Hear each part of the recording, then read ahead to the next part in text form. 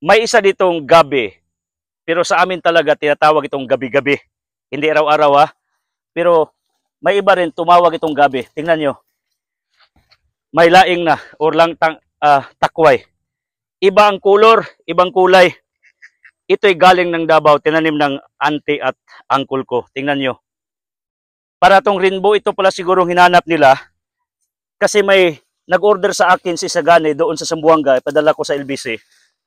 So, bigyan ko rin siya ng ganito, kahit ilan lang. Kasi I will produce this. Ang sarap nito, gamitin for sinigang. Kol, para sa ring gabi, Kol? Gataan. So, kamao mo dani og gata. So, silang uncle marunong daw magluto nito, hindi lang hilunggo. Yung may hilunggo, yung partner life ko hilungga ha. Kaya nga, alam ko anong kalagahan nito. This will help you to become younger in your daily life. Because there is ingredient or nutrient of this gabi na makapagbabata ng mukha. Maniwala kayo sa akin. Ito ay number 1 na pagkain doon sa mga Hilonggo people. Doon sa Negros or sa Bacolod or Iloilo. So tingnan nyo, pakita ko sa inyo. Tingnan nyo. Iba itong kulay. Ito ay tinatawag na rainbow na gabi. Yung isa naman yung red na gabi ko or purple, iba rin yun. Ibang variety. So natuwa kasi ako kasi marami ditong sari-saring tanim. Wow! Ang daming seedlings. Pero hindi naman pwede yung nag-order sa akin na paramihan kasi mabigat sa LBC. Lalong malaki ang bayad. Tingnan nyo. Wow. Ang cute. Ito. So, para hindi kayo tatanda agad, kain kayo ng gabi. Ito ang pinaka-suggestion ko sa inyo. At isa pa, ang dali nitong pasanayin. It's a matter of time, pag mayroon kang itanim, itong parang rainbow yata, totoo. Itong hinanap ng iba, may nag-chat sa akin. It will become a money because this is very expensive doon sa market. Ganito, pira na to. Ito, mahal ito, mga 30 or 40 or 50. Lalo na sa takway, napaka mahal. Ito yung akasya natin noon, napakalaki diya. Pero, natumba ito, pinutol na lang kasi di na nagamit. So, ganun. Pinakita ko na sa inyo para turuan kayo kung paano maging healthy. Kasi isa akong health advocate. Hindi lang ako advocacy nako is for the poor, scholarship, for the mother nature to make the world cooler through planting. Meron akong advocacy for our health. At isa sa mga bagay na healthy sa atin yung pagkain talaga. Because Thomas de Aquino said, what you eat is what you are. Anong kinain mo, magiging ikaw. Kaya nga, kaluluwa mo, lagi mong pinakain sa salita ng Panginoon. Matthew 4:4, man shall not live by bread alone, but by every word from the mouth of God.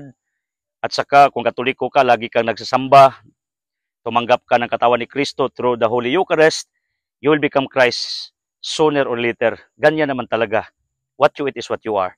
Kaya nga, it will affect your physical body doon sa anong ininom mo, kung ano ang pinasok mo sa kanyang bibig. Kaya nga, yung isde, hindi sila kumain ng baboy kasi para nila ang baboy is full of bacteria or whatever. Pero tayong Katoliko, kumain naman tayo. Pero advice lang, konti lang, sana, technically, according to scientific study. So, kailangan natin ng mga bagay na dapat ating gamitin upang maging healthy tayo. Totoo naman, there's no such a magical healthy people na automatic naging healthy na walang ginawa. No, you should work out your health. Tulad ng pag-unlad mo, you should work out with it. Tulungan mo sarili mo, magsikap ka. At tulad ng kaligtasan, Filipos 2:12, work out talaga. Trabahuin mo. Hindi pwede yung tsamba na healthy ka, tsamba na ligtas ka, tsamba na asinso ka. No, walang ganun. Kaya nga ako nagtuturo ng mga bagay kung anong pwede ilagay sa ating mga tiyan upang ang ating katawan ay malusog because health is wealth. Totoo naman yun. Yan ang katotohanan na hindi na pwede pang ibahin. Health is wealth. Napaisip nga ako, may pira ka pero sickly ka. Ang hirap. Kasi wala kang gana sa lahat ng bagay. Ang pinakamasaya, kahit man lang kunti yung pira mo or you will just live every day kasi yan ang kakayahan mo, then healthy ka, okay lang yun. Pero ganito lastly, kailan ka magsabi that you are contented with your life? If you don't mind, alam nyo ba, it is a sin. Malaking kasalanan talaga pag ang tao ay hindi umangat. Bakit? One of their mistakes kasi kontento na sila sa kanilang buhay. Kailan ka maging kontento? Pag ginawa mo ng lahat pero dyan ka lang. Mga parents, makinig kayo. Pag ginawa nyo ng lahat, binigyan yung lahat pero dyan pa rin kayo, mo nagitawag o you give your best but your best is not enough. Although you have done everything, yung mga anak nyo, maging milyonaryo one day. Kasi they will fight. Kasi nakita kayo mga parents kung kaano kayo ka masipag sa buhay nyo. Ngunit dyan lang talaga kayo. May mga cases like that. Pero may nagsipag talagang parents na umangat. Then damay mga anak umangat. May mga parents nagsipag pero dyan lang talaga. Maybe kulang sa turo, kulang sa diskarte, pero they give their best. Maybe wrong target, never hitting the right target. Pero mga anak nila, when they grow up, sila yung nagtagumpay. Tulad sa inyo, maraming nagtagumpay sa mga anak nyo. Kailan ang milagro? Pag ginawa mo ng lahat, pumunta ka sa doktor, uminom ka ng gamot, then wala pa rin, human has nothing to do anymore, miracle takes place. Ang Panginoon na mag-interfere. Like dyan to Kasaskana, walang magawa yung may-ari ng kasal. Kasi ang layo ng bilhan ng inumin or wine, but Jesus interfered through the request of Mary. The ordinary water turned into wine. Ganyang buhay. Ano mang nangyari sa iyo, imposible para sa iyo, pero sa Diyos, Luke 1:37 is possible. The same way, yung contentment is yung ginawa mo na lahat-lahat, binigay mo ng todo, pero nakontento ka, ngunit hindi po mabinigay yung todo, mali yon. Kaya nga ako, sabi nyo, Idsel, kontento ka na? The answer is not yet. Bakit mayroon pa kong ikabuga, in other word, mayroon pa kong magagawa dito sa sanlibutan? And I'm sure, ikaw nanood sa akin, nakinig sa akin, marami ka pang magawa. Bigay mo ng lahat, todo mo ng lahat. To succeed, to be saved, to be healthy, bigay mong lahat.